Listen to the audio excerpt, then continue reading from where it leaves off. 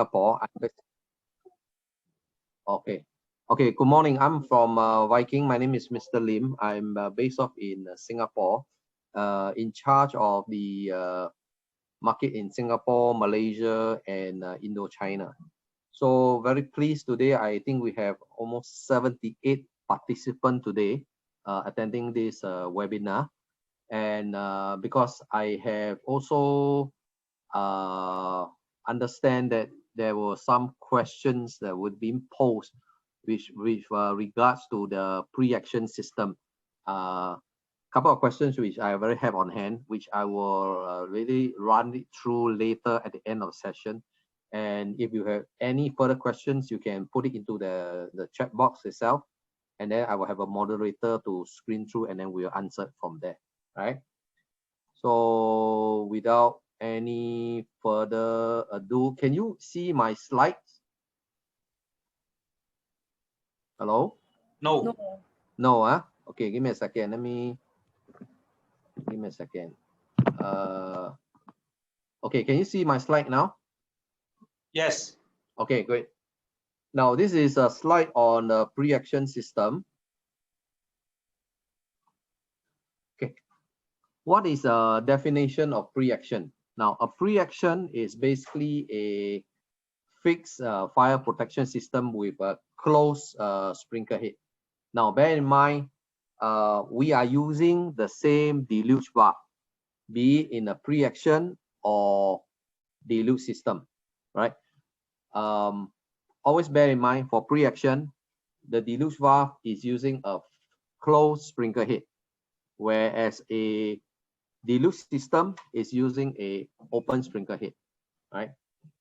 Next, we also notice that the water supply is held by a deluge valve, controlled by a deluge by a release system. Now, meaning to say, under normal condition, the piping after the deluge valve is all dry. There is no water. It's not like your sprinkler alarm system where your alarm valve, after your alarm valve, your sprinkler piping is filled with water. So be it a deluge system or pre-action system, the piping is dry, right? And this is controlled by a release system. Now, a release system in this case is a solenoid valve, right? It's a solenoid valve, which basically controls the opening and closing of the deluge valve, right? So when the deluge system, when the release system operate, the deluge valve open and water will discharge to the sprinkler piping, right? So what it does mean is, for the solenoid valve to operate in this slide itself, you need your detector to pick up a fire signal in order to send a 24-volt signal from the panel to the solenoid valve to open the solenoid valve in order to operate the deluge valve. Any questions so far? Can understand, right? Okay, I'll move on.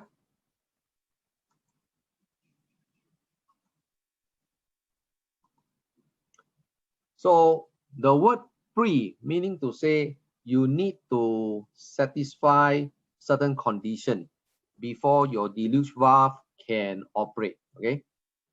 So the ideal of the deluge valve is that the detection has to activate before your deluge valve is able to operate this system, right?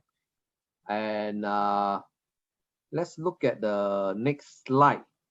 Now, by and large, pre-action systems are installed where you are worried about water damage to your area to be protected.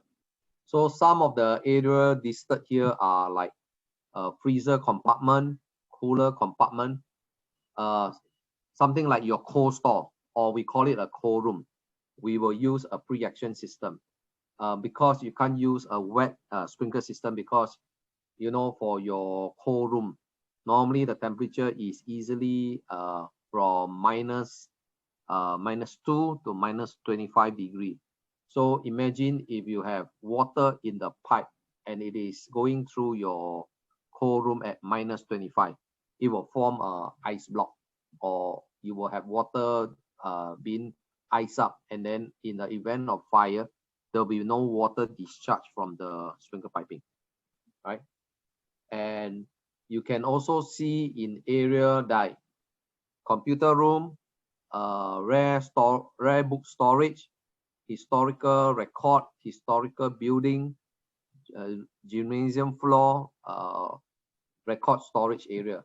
So basically, in areas where you are concerned about forced discharge, you're concerned about where the forced discharge will cause water damage to the area to be protected, and that is where we will use a pre-action system, right?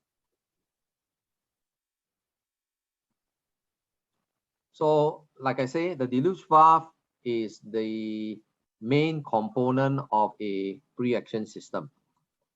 Now, for Viking deluge valve, you have basically two models, a model E and a model F. A model E is what we call a angle type of deluge valve, where the water will flow at a 90-degree angle outwards. A model F will be a what we call a straight through deluge valve, where the water will flow from directly out. Due to space constraint, most of the time in the valve or pump room, the model F will be a more popular deluge valve to be used. Now, both these deluge valves are all ULFM approved and rated to 250 psi, right? Now, this slide will show you a breakdown component of the deluge valve. We have basically the valve cover and the clapper diaphragm ring, the clapper diaphragm, and the coated Teflon coated clapper. This full set we call this is a diaphragm assembly, and then they are all bolted down to form a complete unit, right? We always tell customer every 5 years you can basically open up this cover, the valve cover, and take out this clapper assembly to check for any wear and tear. And if not, you can place it back, or you can replace the clapper assembly. That is in the our Viking data sheet itself, right? So this will be the breakdown of a sectional view of a deluge valve. You will have the priming chamber, inlet chamber, and outlet chamber. This deluge valve, we term it as a single moving part. There's no external reset or whatsoever. So it is a very user-friendly deluge valve itself. Okay. First procedure, we need to have water in the priming chamber. The purpose of the water in the priming chamber is to close off the diaphragm, right? So that you do not have water discharge to the outlet chamber itself, right? So once the priming chamber water, you have a pressure gauge above the emergency release unit. Once we see water pressure up there, that means you have pressure going in to close the priming valve. Then next, we will open the isolation valve, be it gate valve or butterfly valve, below the deluge valve to have the water get in. And these two will be pressurized, and it will show a similar reading, right? And that would mean that your valve is now in operation or in service condition.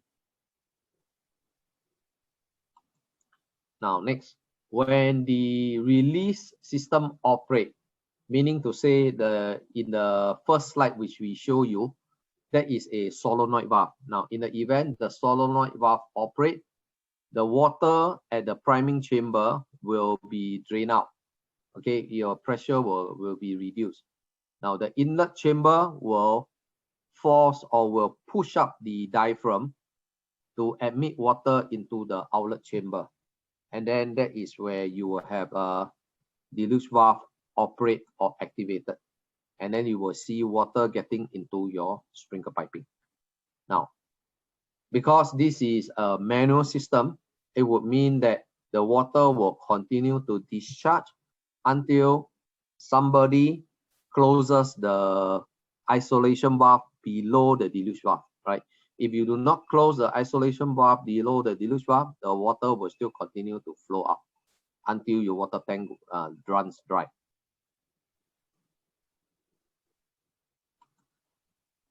Okay, next we have the sprinkler head, right, installed on the pre-action system. By and large, we will normally recommend or tell customer, use a upright sprinkler, a horizontal, or a dry pendant sprinkler, right? Back in Singapore, where I have in fact supplied quite a lot now, because now in Singapore there is a lot of data centers coming up, like Microsoft, like Google, like Facebook, because they are American-based company. Their data center, they will use dry barrel or dry pendant, right? But in Asia context, we normally, because of cost concern, we will use sprinkler heads in replacement of a dry barrel. So normally we will tell customer, well, install your heads in the upright, or if you want to install in a pendant position, you need to make a elbow to go down, and you do not have the shock nipple pipe. Okay, because bear in mind that when the system operate or activate, because your pre-action is a closed system, so you will have all the water going to all your sprinkler piping of your pre-action system. So imagine if you have a shock length of a pipe, of a dry barrel pipe. That means every sprinkler head you have to open up to drain off the water. You cannot have water trapped in the piping alone, because you're worried about water damage. When you put the system back to operation, you do not want still have water in the piping itself, right? This is a breakdown of pre-action system.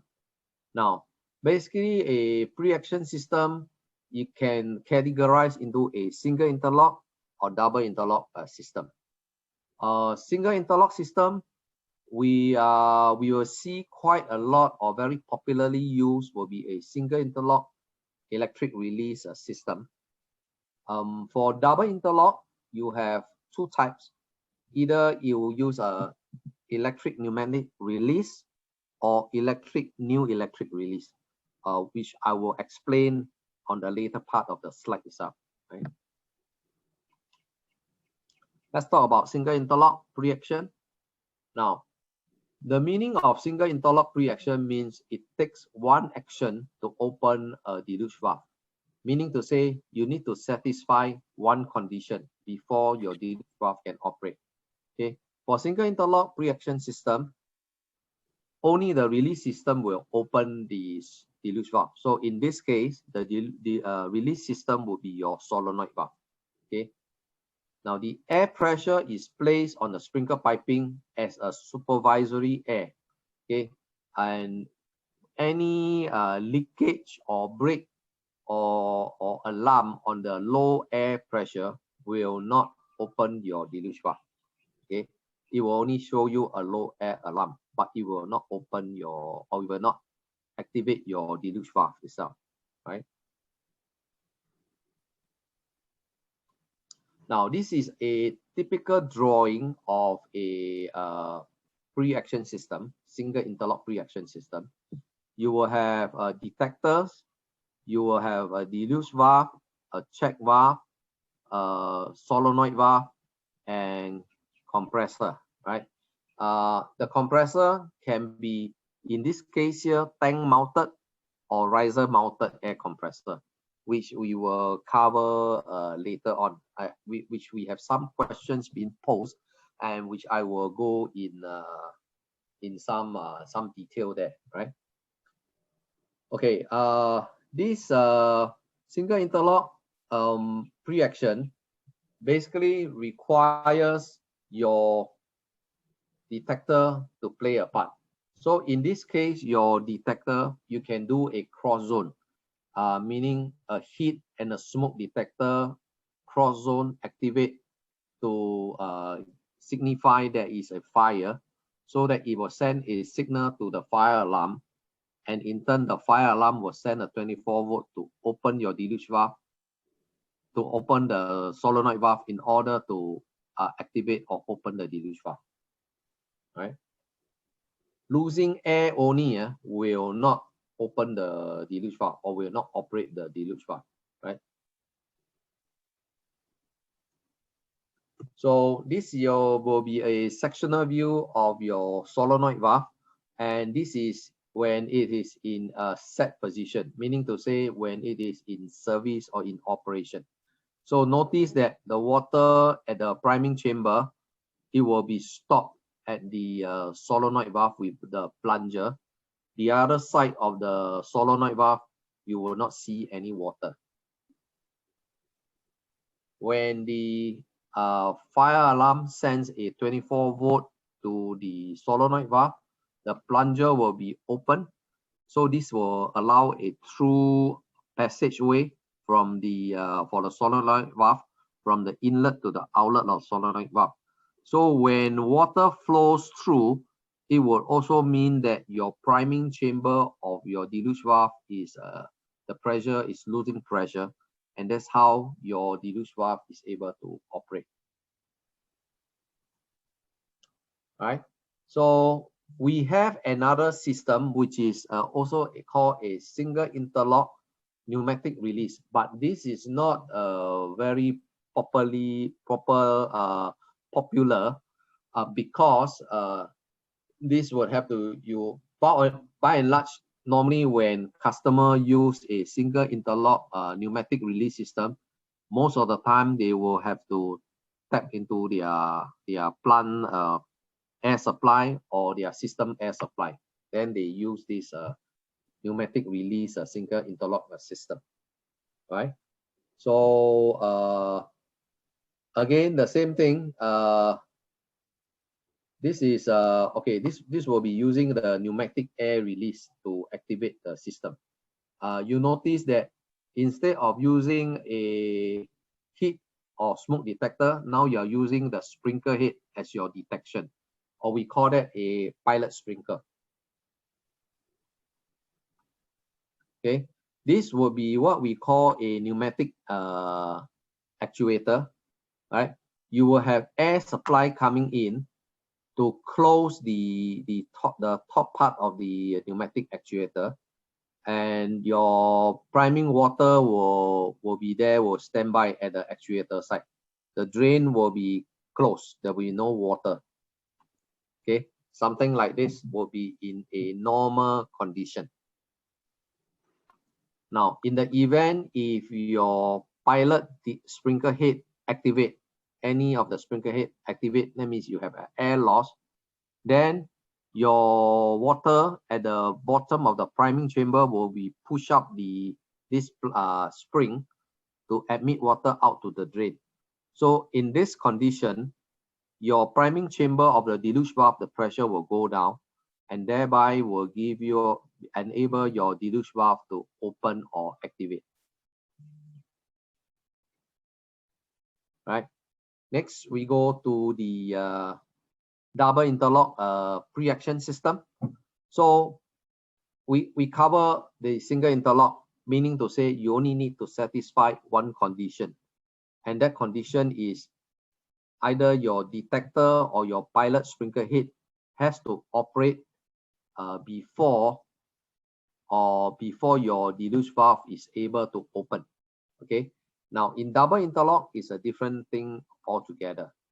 Now, double interlock means you need two actions to occur before your deluge valve will open. So for double interlock pre-action system, you need both the release system and the air pressure to be reduced in order to open the deluge valve, right? So for a double interlock system, it takes a longer time to operate. So by and large, you will see a lot of double interlock pre-action system used in cold room because you don't want forced activation. You don't want water to rush in unnecessary when there is no fire. And then you will have to, you will be concerned about the water become a ice block in the piping itself. So we see a lot of double interlock used in cold room or in area where you want to be doubly sure before you admit water into the sprinkler piping, because you want to prevent or you want to limit the water damage into the area to be protected. Okay, like I mentioned, in a cold room where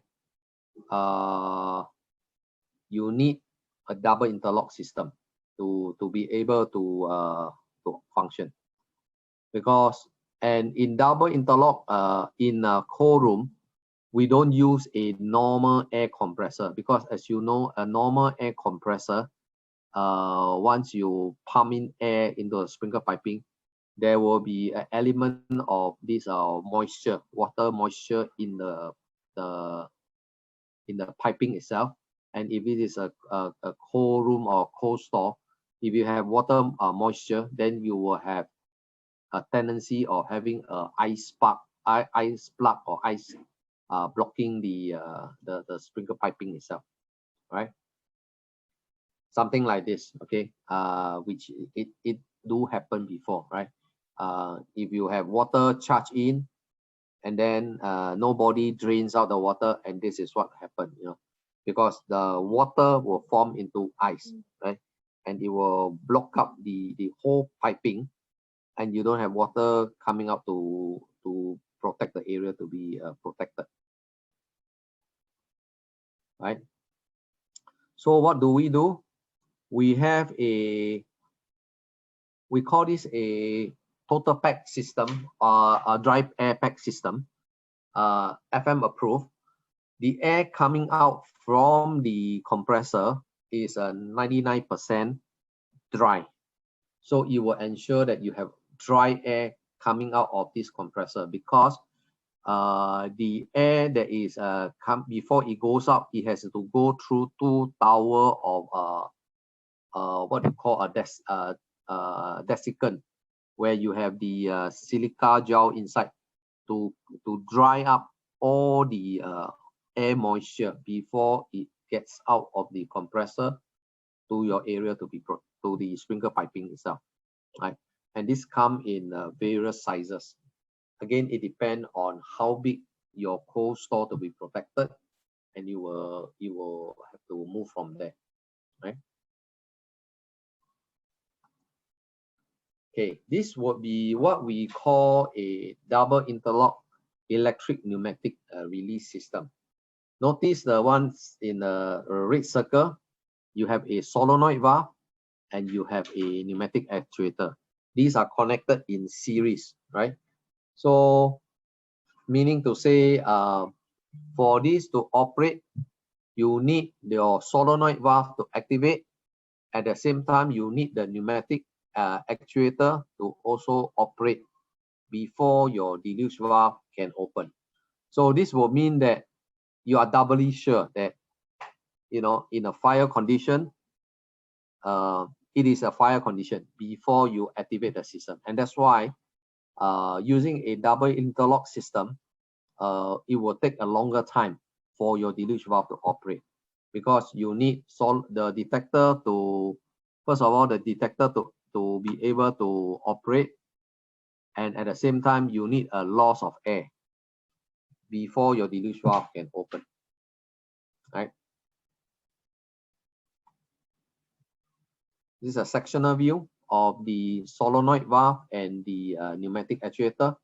Under normal condition, all the water will stop at the solenoid valve area. The other part of the pneumatic actuator will be dry. Okay, once the release system for the solenoid valve is operated, meaning to say your detector has detected a fire scenario, it operates already. Then now it will stop. The water will flow through and stop at the pneumatic actuator, right? Until your sprinkler head bursts. That means the fire gets very hot and it bursts the sprinkler head. Then you will have an air loss.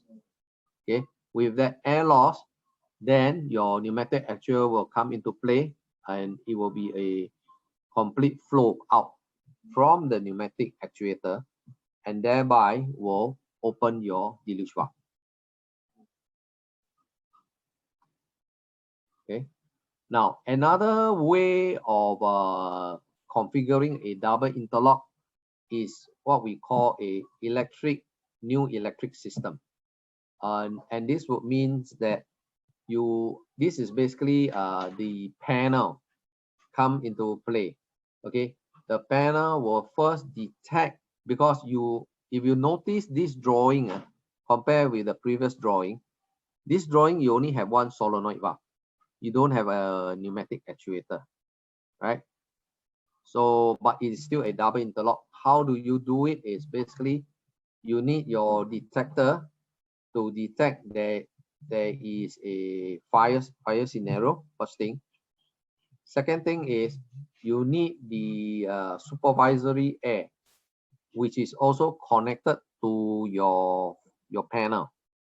So meaning to say, when the detector activate and also when your sprinkler head bursts where you have a low air, and because you have a air supervisory switch also sending a low air signal to your fire alarm panel, with these two confirmed signal, the fire alarm will send a 24 volt to the detector, to the solenoid valve, to the solenoid valve, to open the solenoid valve so that your deluge valve will operate. Right. So the only difference between this double interlock new electric and double interlock electric pneumatic is the absence of a pneumatic actuator. Right.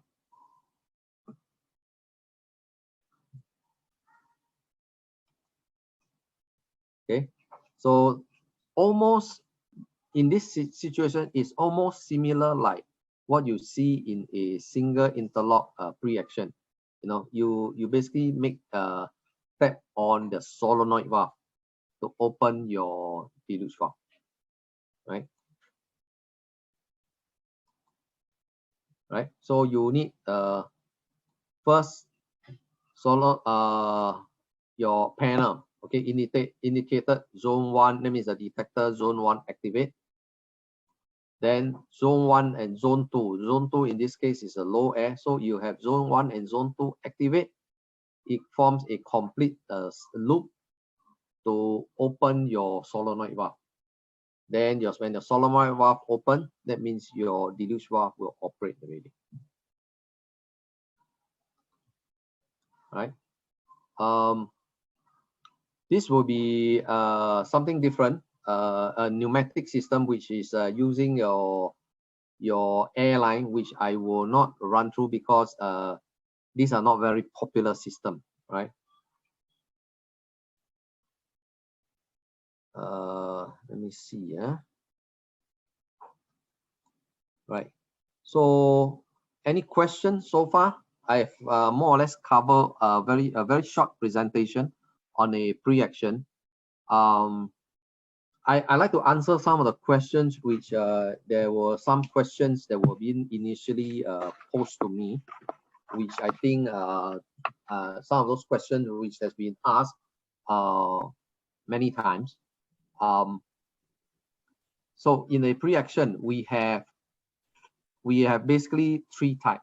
We have a non-interlock pre-action system, we have a single interlock, and we have a double interlock. Now, what I have covered this morning is on the single and double interlock. Okay, a single interlock means you need to satisfy one condition for your deluge valve to operate. A double interlock, you need to satisfy two conditions before your deluge valve can operate, right? Now, for a non-interlock, you don't have to satisfy any condition. Anytime if you have an air loss, the system will operate. If you have a detector activate, the system will operate.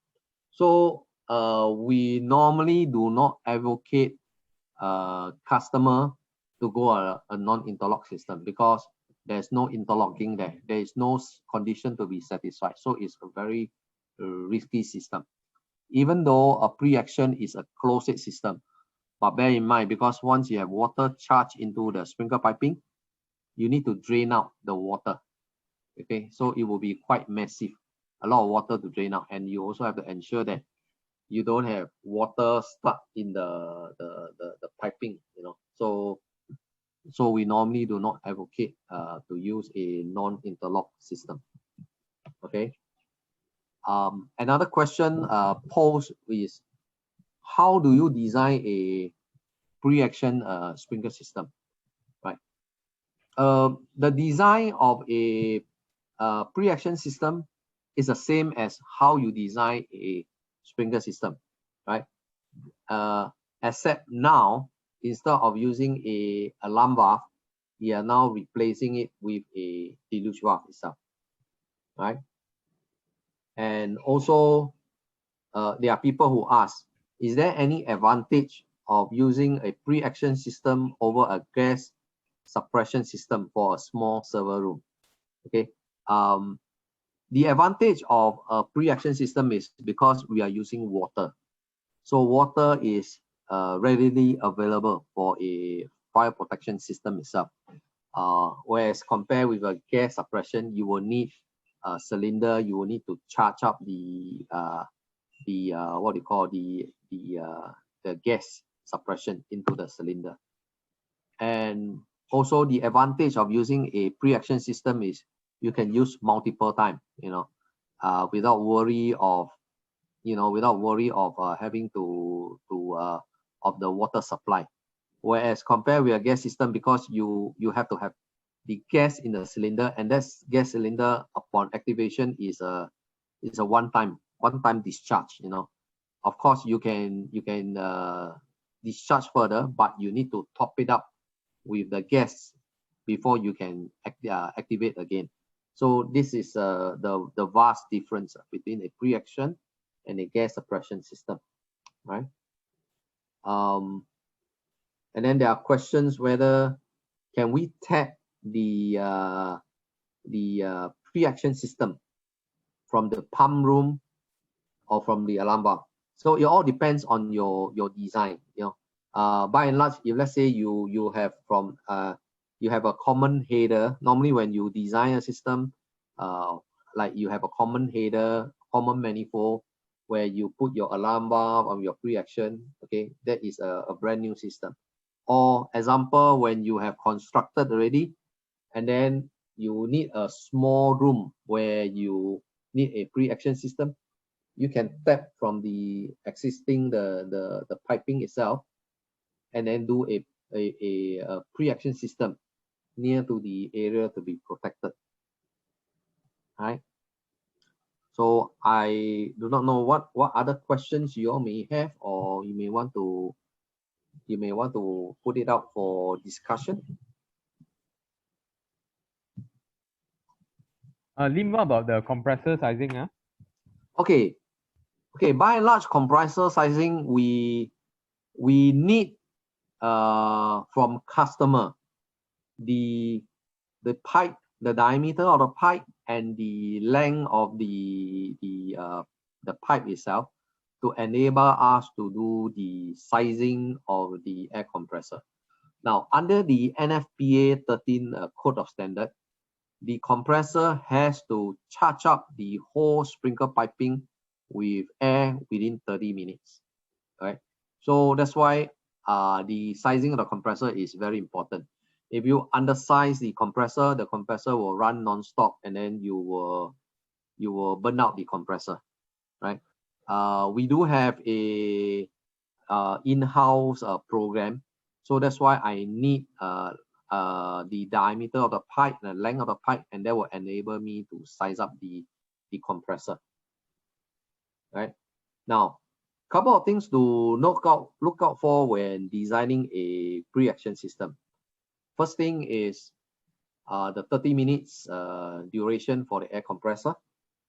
Second thing is always put a isolation valve, okay, butterfly valve after your check valve, right? This is for ease of maintenance and also during your commissioning. So when you want to test, example, the solenoid valve, you don't want water to charge into your system or to your area to be protected. So normally, in my quotation to unit, I will always put 2 butterfly valve, one below the deluge valve and one after the riser check valve. Okay.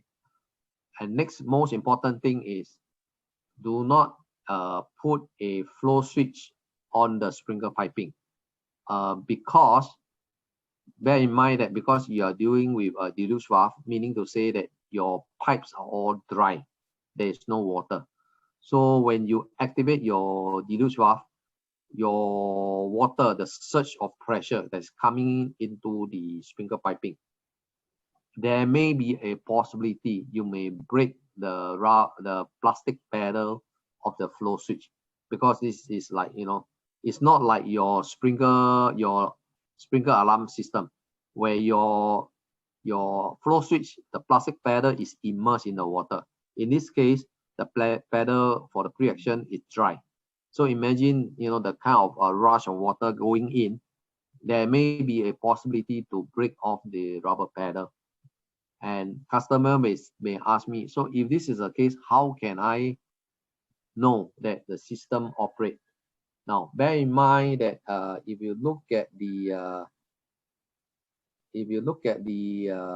what do you call the, let me go to the single interlock.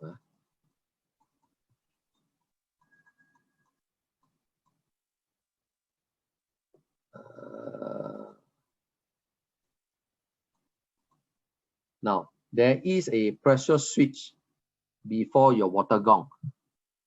You can use that to monitor alarm, because your basically your flow switch is, you want to know that when the water rush in, there is a alarm going to tell you that, to the panel, tell you that the water has rushed in. So instead of using a flow switch, you can use the pressure switch before the water gong as an indicative signal, right? So that would be a right engineering practice, right? Any questions? Actually, we have a few questions from the floor. Maybe start off with, can you open the chat? Maybe you can see. Okay. Regarding deluge valve activation based on local panel or main fire alarm panel. Oh, wait, let me see. Yeah, the chat there. Okay. We have a few questions there.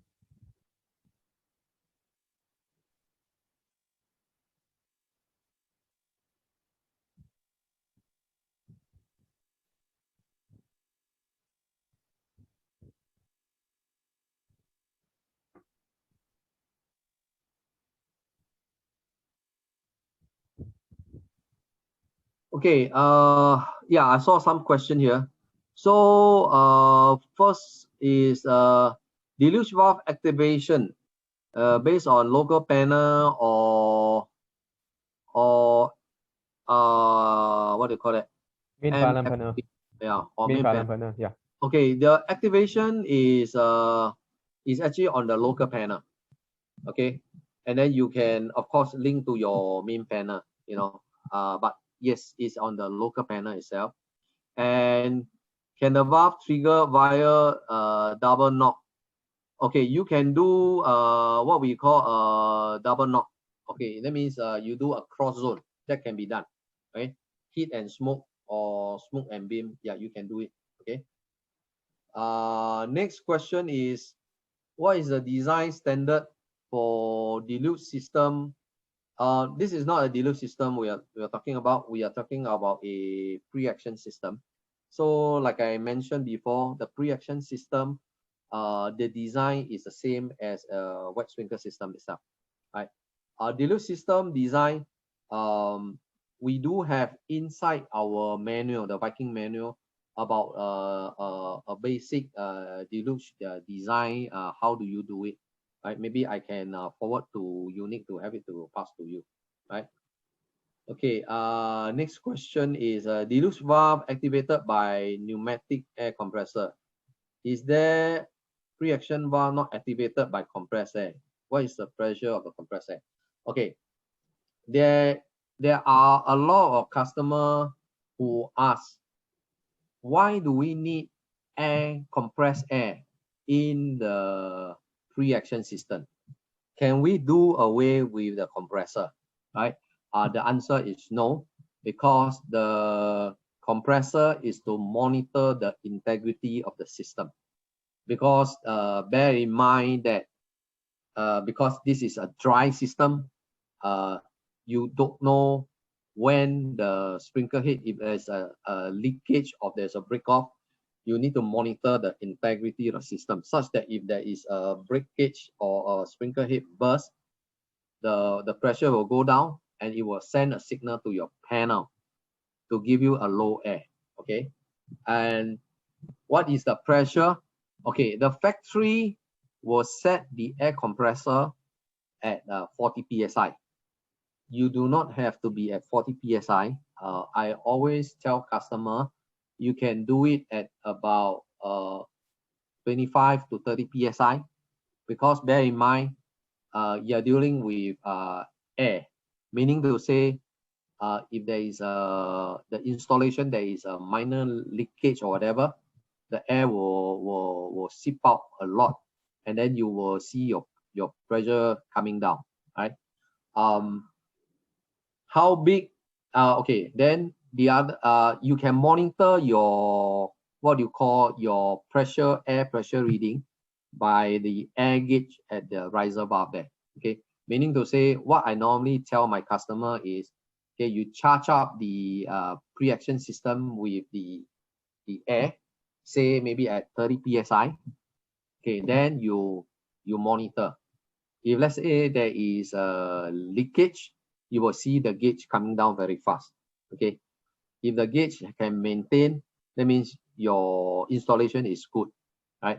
Then after that, then you can go along doing the rest of the work itself.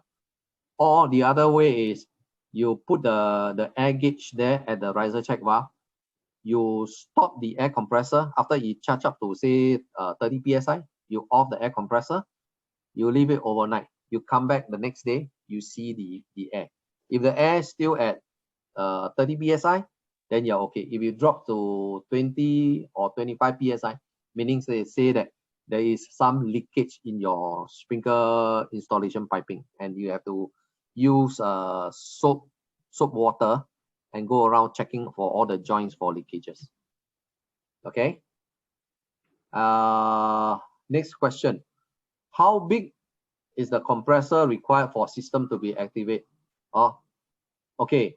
Like I mentioned, is it a need for a special room? Like I mentioned, the compressor will, sizing of the compressor will depend on your piping. Okay. Of course, you got more piping work, your compressor will get bigger. We have riser mounted compressor. That means the compressor mounted on the sprinkler piping from 1.6 horsepower right up to 1.5 horsepower. That you can mount on the riser. Anything above that, it has to be tank mounted, meaning to say, you know, the compressor with the air reservoir. Okay, that would be a bigger one. You know, that means your system will be very big if we go into that area. Okay. Next question: can we mix wet with a pre-action system? I don't quite understand the question. A wet system is using a sprinkler alarm valve. A pre-action system is using a deluge valve. So they are totally different entity altogether. Okay. Comparing alarm valve is there any maximum area to be covered by the deluge valve? The pre-action system, as I mentioned before, you can use the same concept as you design for the wet sprinkler alarm valve system. It applies the same, right? How to place the priming water back to the priming chamber after it has been discharged? Okay, the deluge valve itself, there is a priming line. You have to install a priming line before your isolation valve of your deluge valve itself, right? And that means that water will auto prime into the system after it has been discharged. Now, about a bit about after the system has been discharged, what you need to do is you need to drain down all the water. Okay, you need to drain down water. You need to fix the sprinkler head or the piping that has been damaged before you turn on your pre-action system or turn on your deluge valve, and then you turn on your air compressor, right? So yeah, that is how we normally do for a pre-action system, right? Do we have more questions coming up? Yeah. Okay. What is the cold room sprinkler type and piping selection? For cold room, normally, like I mentioned in the slide, you can use a dry pendant sprinkler, and that means the sprinkler head, the dry pendant, meaning to say that barrel or length of pipe will be dry. The water will be above that dry barrel, and when the sprinkler head activate, then the water will flow through the dry barrel. How cold can it get? The head, the glass bar can last up to withstand up to minus 55 degrees Celsius. Again, depend on the length of the pipe or length of the dry barrel itself, right? Piping selection, I think your normal piping will be sufficient. Your normal, I think in Malaysia and Singapore, we use a standard the BS pipe, and that should be good enough. Okay, next question. Are double interlock and single interlock system having the same sprinkler piping design? Yes. Since timing for both systems to deliver water are different, or is there any additional consideration for double interlock system? Yes, the timing for delivery will be different because it depends on your application. Like I mentioned before, for double interlock, unless you want to be doubly sure there is a fire, then you activate your deluge valve, and that's why it takes a longer time for your deluge valve to operate, right? And single interlock is you just satisfy one condition, the water will get in. The only consolation is when the water get in, you are converting from a dry to a wet system, so you can still discharge the water out. You know, it will not cause damage to your property unless the sprinkler bursts, then you have water coming out. Okay. How to determine the pump flow rate sizing of this pre-action? Are we able to use the same pump set for cost saving purpose? Yes, you can still use the same pump set. You shouldn't have a problem. All right. Next question, the piping installation need to have a gradient. Yes, you need to have a gradient down so that the water can drain out, because if not, then you will have stagnant water in the sprinkler piping itself. Can we purge all the water out using by using air compressor? So far, I've not seen people doing that. They normally have it gradient down to remove the water. I can cross check, and maybe I can let Unique know about this question. Right? Can you please show the schematic diagram and explain all the components, how the system operate? Can you please show the schematic diagram again and explain all the components, how the system works before activation and upon activation. I thought we have run through the slides already. Yeah. I mean, can you demonstrate how the system going to be? Let's say, or can you just flash out the schematic again?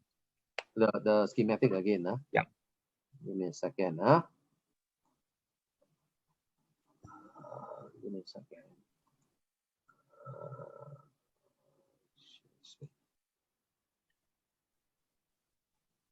Are you referring to this one? Yeah, so from the bottom there, the water supply is where we tap the wet system from. Let's say this is a building that already completed. We have a wet sprinkler system. Okay. So before joining to the server room, I would say, we install a isolation valve first, so that from that point onwards will be our system. So there, I would say we will need a butterfly valve to cut off the water lah. That's Yes. where you put that gear type valve there, right? Yeah, that is the butterfly valve lah, before the deluge valve. Yes. So then this will be the deluge valve, which is installed like what you mentioned just now. There will be some priming water inside. Yeah. After that, the next one is your check valve. Yes, correct. So the check valve you join to a drain. That what is the purpose of that? Okay, that drain is to drain the water in your piping. After there is discharge lah. Correct. After there is a discharge, sure, you drain out the water in the sprinkler piping itself. to make to ensure everything after this deluge valve is dry and is charged by air, I suppose. Correct. That's right. So after that, go to the system, and just now you recommend to put one more isolation valve over here, right? After the check valve lah, correct. So that is, I think I maybe lost it. You took your recommendation to install this additional isolation valve. The purpose is to. Okay, the purpose is to, example, during your system testing or maintenance, you don't want water to get into your system.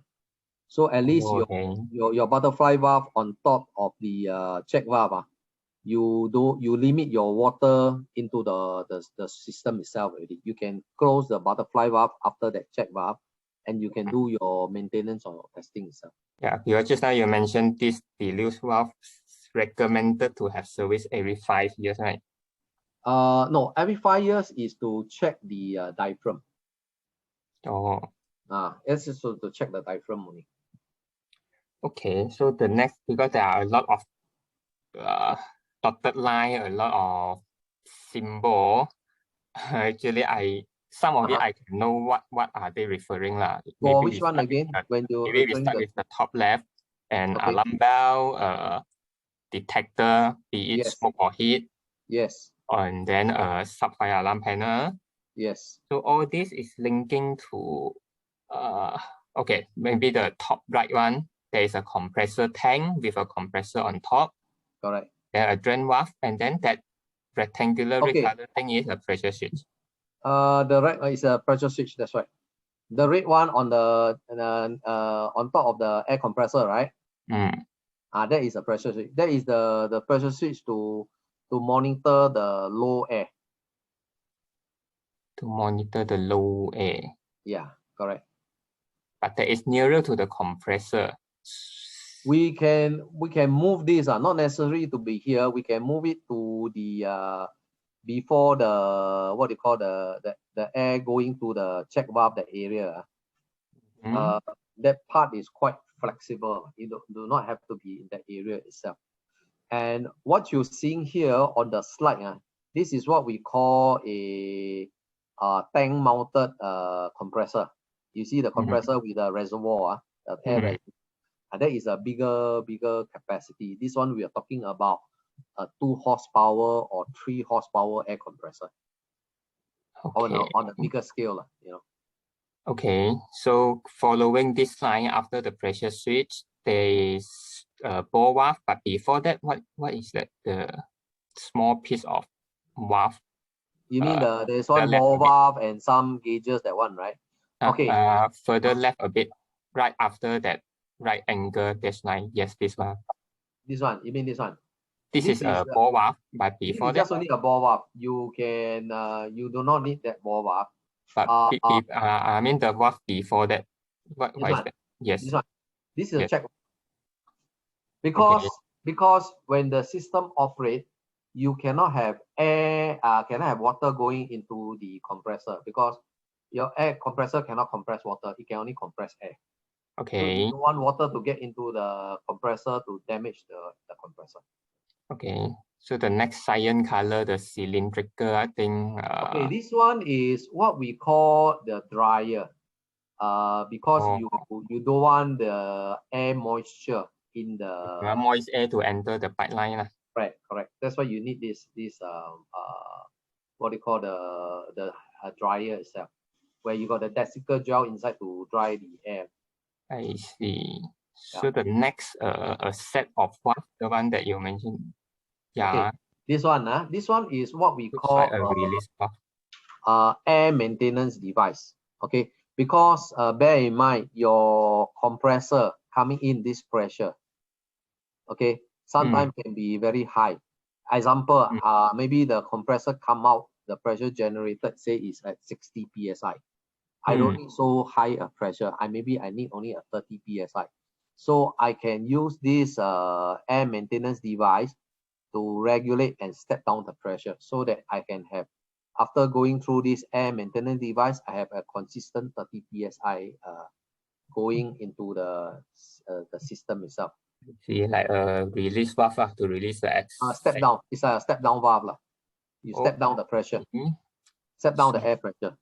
I see. Then one more pressure switch and one more check valve. Then this line will go to the check valve there already. Straight to the check valve already. That's right. Okay, so the compressed air actually charging from here. That's why just now somebody asking whether can we push the water through this compressor lah. Yeah, correct. Okay, so next will be alarm gong and one more pressure switch. Yeah, remember I mentioned about not putting a flow switch on the pre-action system. That pressure switch before the water gong, you can use that to monitor your signal because when your deluge valve operate, you have also water going to the water gong. That means you have a mechanical alarm. So when you have the mechanical alarm, you put a pressure switch before the water gong, you will have an electrical alarm. So you have both electrical and mechanical alarm to indicate that the deluge valve operate already. Okay. Yeah. So after we install all this, the pipe after the deluge valve and check valve will be charged with air, and then the pressure head. Just now you have a slide showing 3 type of pressure head. Yes, you correct. Jump to that slide. Let me jump to that slide.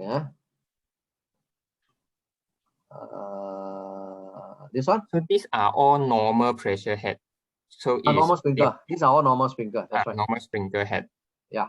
And actually the dry barrel is just a pendant sprinkler head, come with a short piece.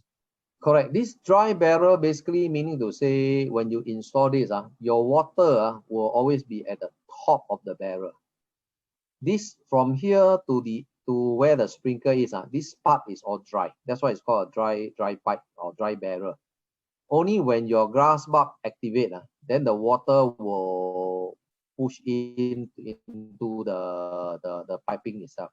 Okay. Yeah. And your next slide, you have another like the U-turn thingy. Yeah. So this one is this is where if you want to install a pendant sprinkler without the dry barrel. So they normally advocate you do a kind of thing itself, so that when the system operate, you have water all standby here, right?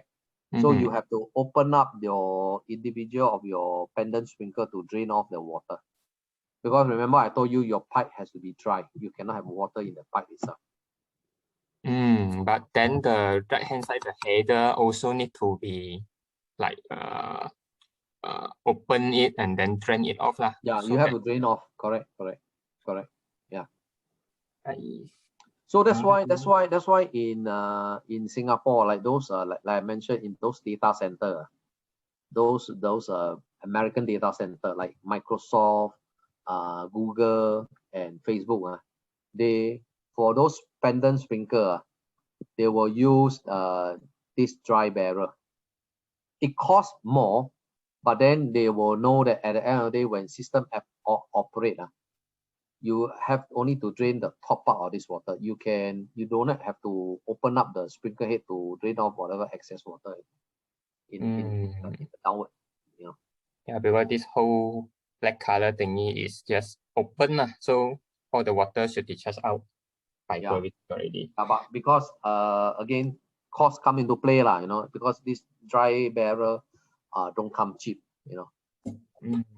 and because it's our FMUL product. Just now you also roughly went through the pro and con of pre-action versus gas. You mentioned there are some pros of the pre-action, but can I also just for my just debate a bit, the disadvantage of pre-action is actually first, if the system is large, we need a compressor room. It is definitely larger than a gas cylinder. Oh no, it won't be larger because the compressor, like I say, is only at most a 2 horsepower air compressor. With the reservoir, it's not going to pick up a lot of space.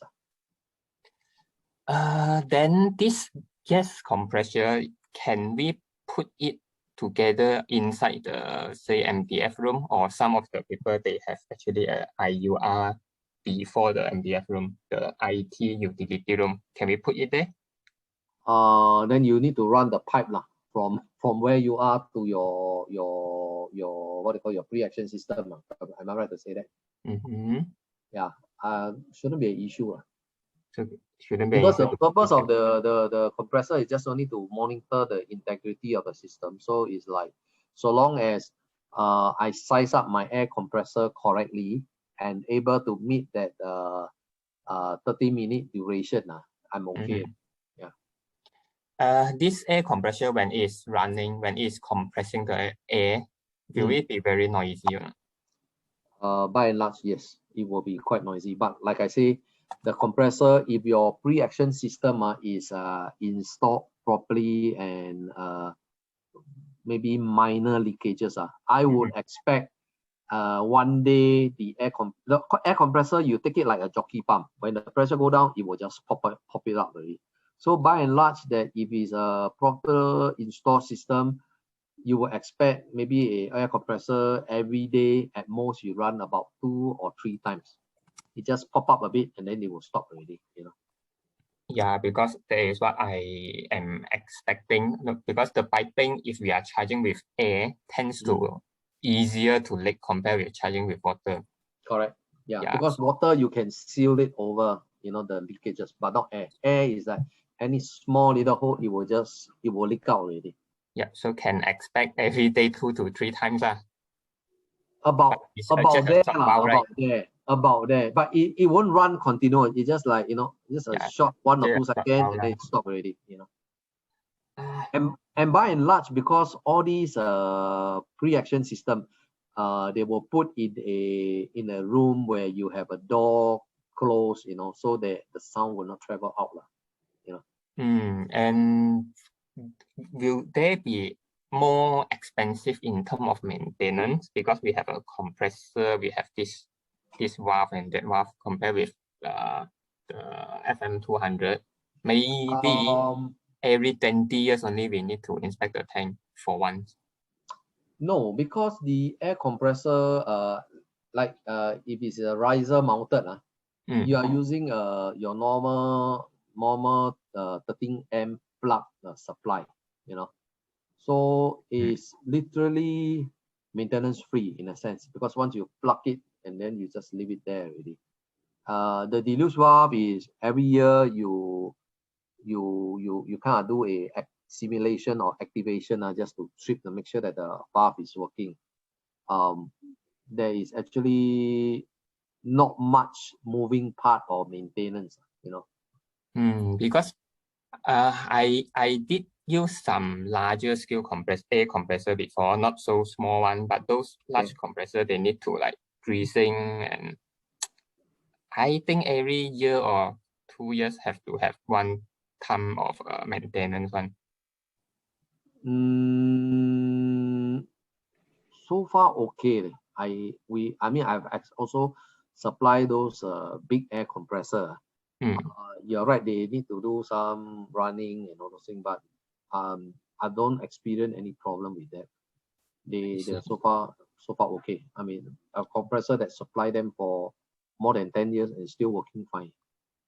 I see. Okay. Last two questions. One is the single interlock, meaning is we always charge with the gas, but even though the gas is released, meaning the sprinkler pipe is burst, we still need either properly smoke or heat detector to release the solenoid valve, so that the solenoid valve is open, so that priming water will be discharged out, then only can allow the water to flow in. That's right. So the double interlock is one more signal, which means the air loss.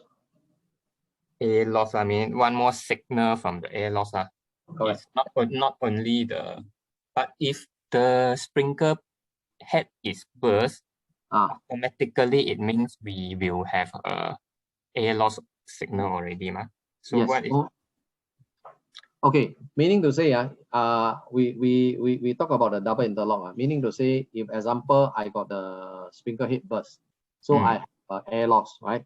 So the air loss will send a signal to your fire alarm panel. It's just on standby mode. I will wait for your detector to detect there is a fire or fire source to send a second signal, a confirmation signal, in order for the fire alarm panel to activate your solenoid valve. Okay, so single interlock, meaning if I only receive signal from detector, the deluge valve will be open and the pipe will have water already. Correct. But if let's say I have an air loss for single interlock, I will not be able to open my solenoid valve because I only take instruction from the detectors for single interlock. Okay, maybe somehow Hello. Can I have a question?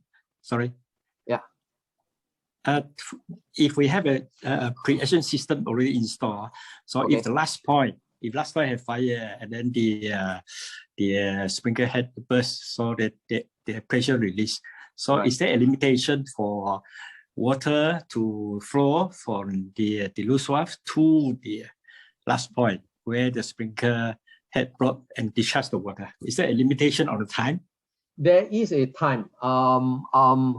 Again, this one, your question I have experienced before. There was a question from one of the data center owner that asked the same question.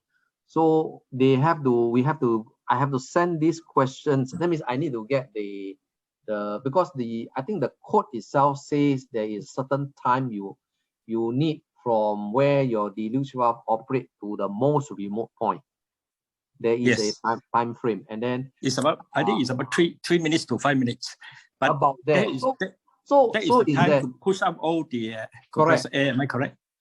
To push out the compressed air and also to discharge the water. That means there is you need to do a timing itself.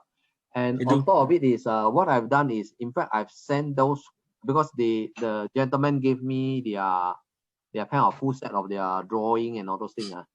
I have sent it to US. They have a software to run it through to make sure that it keeps within that stipulated timing itself.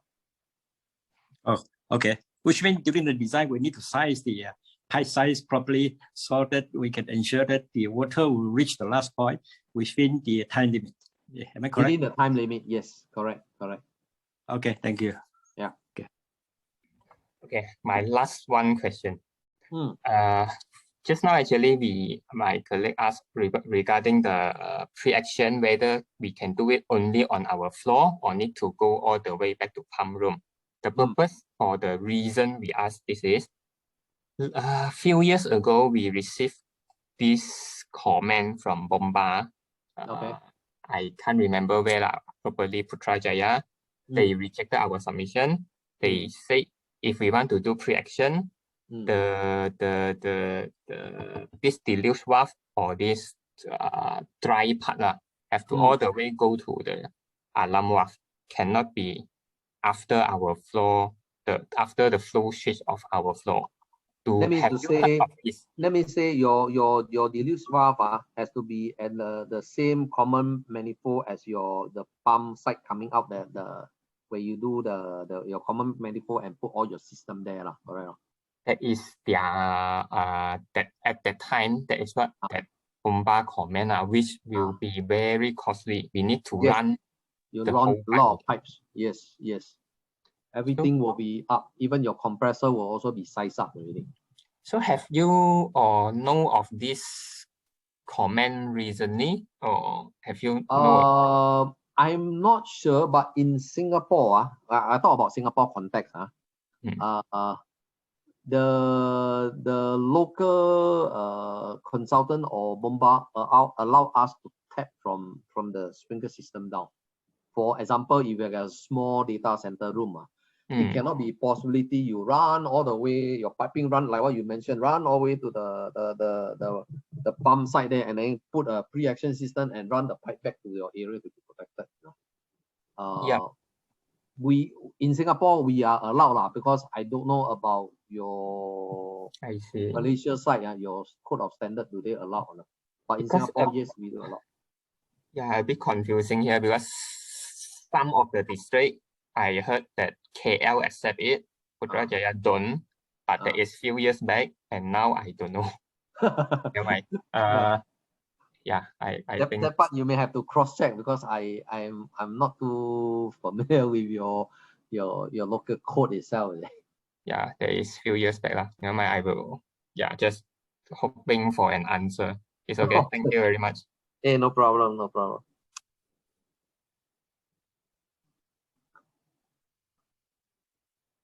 Do we have any more questions or anything? From the floor just now, I think we stopped at this question. Can we have the sample installation detail of the pre-action system? Sample installation of the pre-action system installation. Yeah. I think we do have the what I call it, we do have the what I call it, the schematic in the Viking, the data sheet itself. I don't know whether would that help. I can send you the data sheet, the sectional view of how the thing, the different components that shape up the whole thing itself. Any other questions which you all may have? Then we continue from the message at 11:07. Okay, give me a second. Yeah, sure. Let me go through again. Yeah, sure.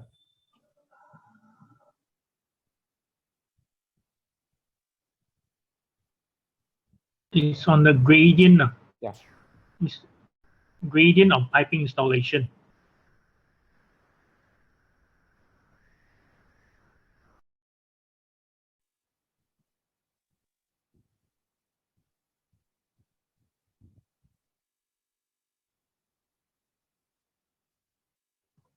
Okay, can we go on?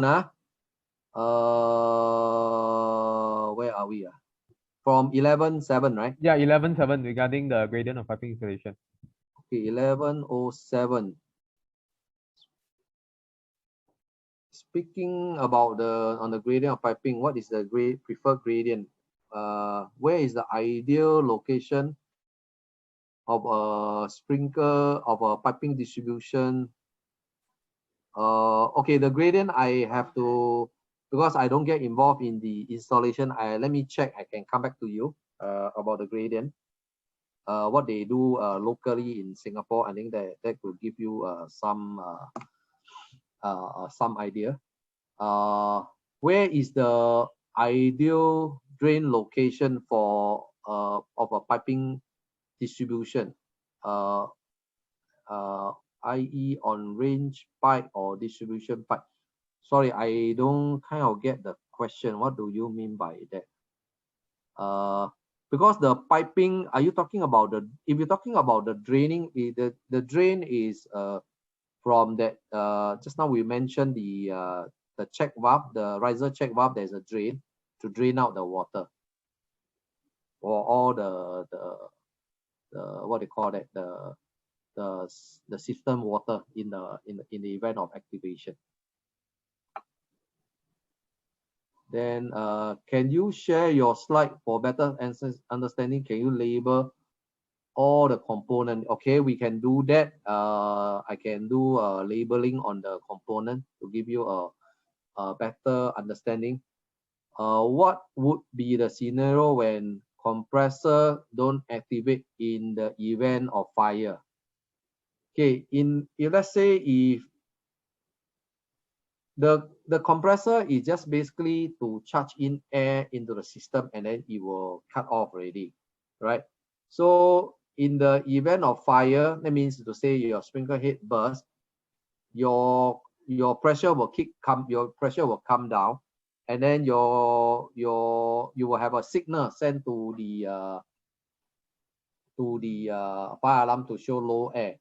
Then your compressor will activate. But in the event if your compressor say malfunction or do not operate, that means you just only the compressor will just conk off already, but then you still have a low air alarm sending to your fire alarm to tell you that, you know, your pressure is coming down already, you know. Then you have to check whether anything wrong with your compressor and they work from there. Okay.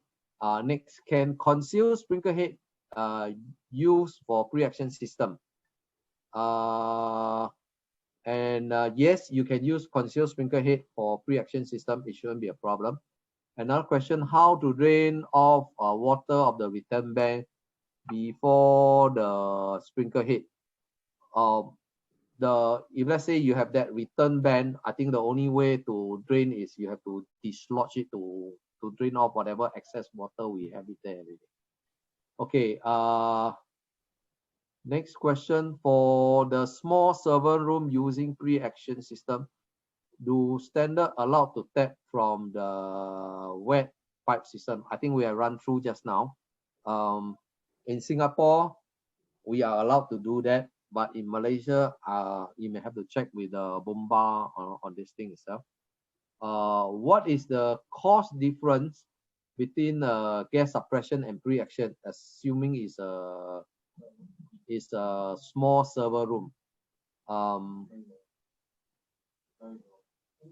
I would say if it is a small server room, a pre-action system would be much cheaper. Consider the fact that because you have all the cylinder, I think easily we should be looking at about 6 or 7 times cheaper. Again, I will cross-check with Unique on what is their gas suppression system, how much it costs, and then maybe we will work out and then we do a comparison and we'll feed you from there, right? Okay, next question: can we use one pre-action system with several number of cold room combined into one system? Okay, if you are using one pre-action system to combine into several cold room, that would mean that when that pre-action system operate, your, say example, one pre-action system is serving 5 cold room. So if one pre-action system would operate, the 5 cold room will have all filled with water. So right engineering practice will be one system per pre-action system, right? Okay, then design standard for dilute system in Malaysia, you may refer to MSISO. Okay, that part maybe I can get maybe Andrew to give me this one, then I will run it through and see what can we help from there. The for your this ISO. The maybe you, Andrew, you can send me and then let me run it through. All right. Okay. Yeah. I see. Yeah, you send over, then I'll take a look and see, you know, what is inside there, and then how we can use it for this application. Okay, in the event of a gas leak from pipe, in the event of gas leak from pipe, pressure gauge value drop, how to identify the location of the leaking? This one, the only way is you got to use a soap water and run through every of the joint and to check. If you see like bubble coming out, you know, then you know that there is a leak in that area which you need to rectify. That is the only way to check, because there's no other way, to be honest. Right? Any questions?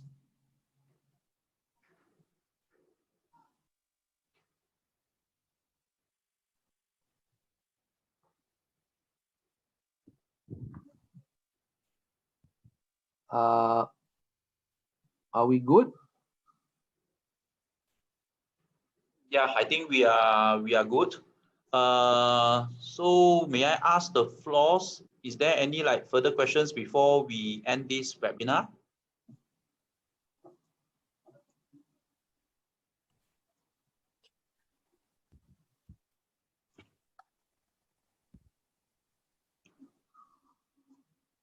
There is just one questions from Asmira again. Can you please check the chat room? Where? Which question? Sorry.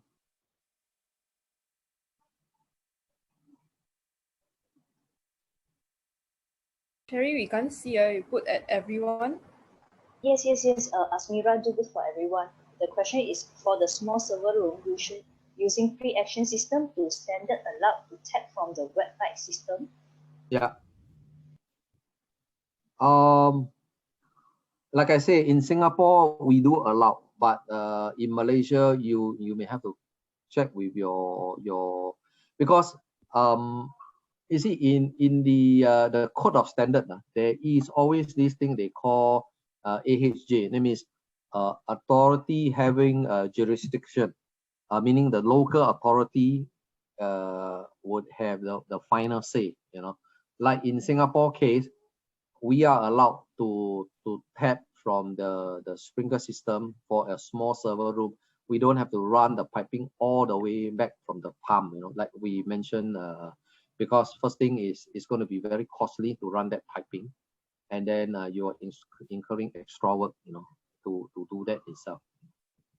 Unless you are saying that your small server room which you are going to protect, there is no space or there's no area for you to install another pre-action next to that server room, and then maybe you may have to put it at the pump room area in order for you to run it over to the area to be protected, right?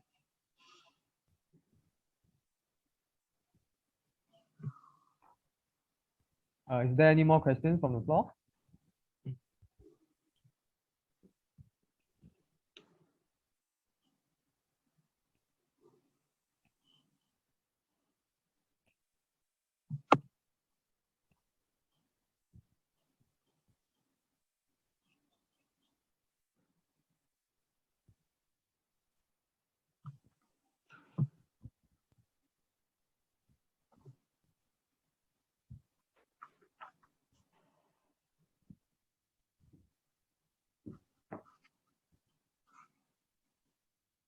So if let's say there is no questions on the floor, so maybe our unifier team will still stay on, and then while this VIP participant leaving, because we might have some discussion later after this session.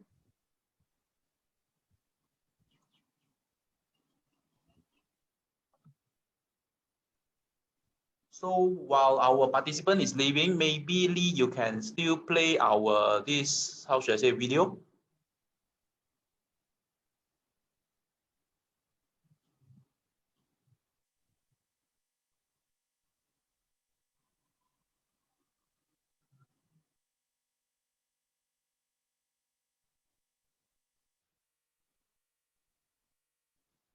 Yeah, Lim, I would like to take this opportunity to thanks for your time.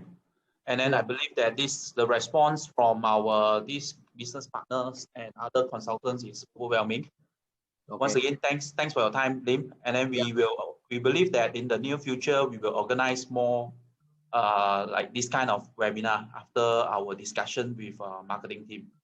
Yeah, I'm thinking some of the questions I note down already. I will run it through, and then I will give it to you and Andrew to pick it up from there. Okay. Lim, once again, thanks for your time. See you soon. Okay. Take care. Bye. Bye. Thank you. Bye. Thank you. Bye. Thank you, everyone.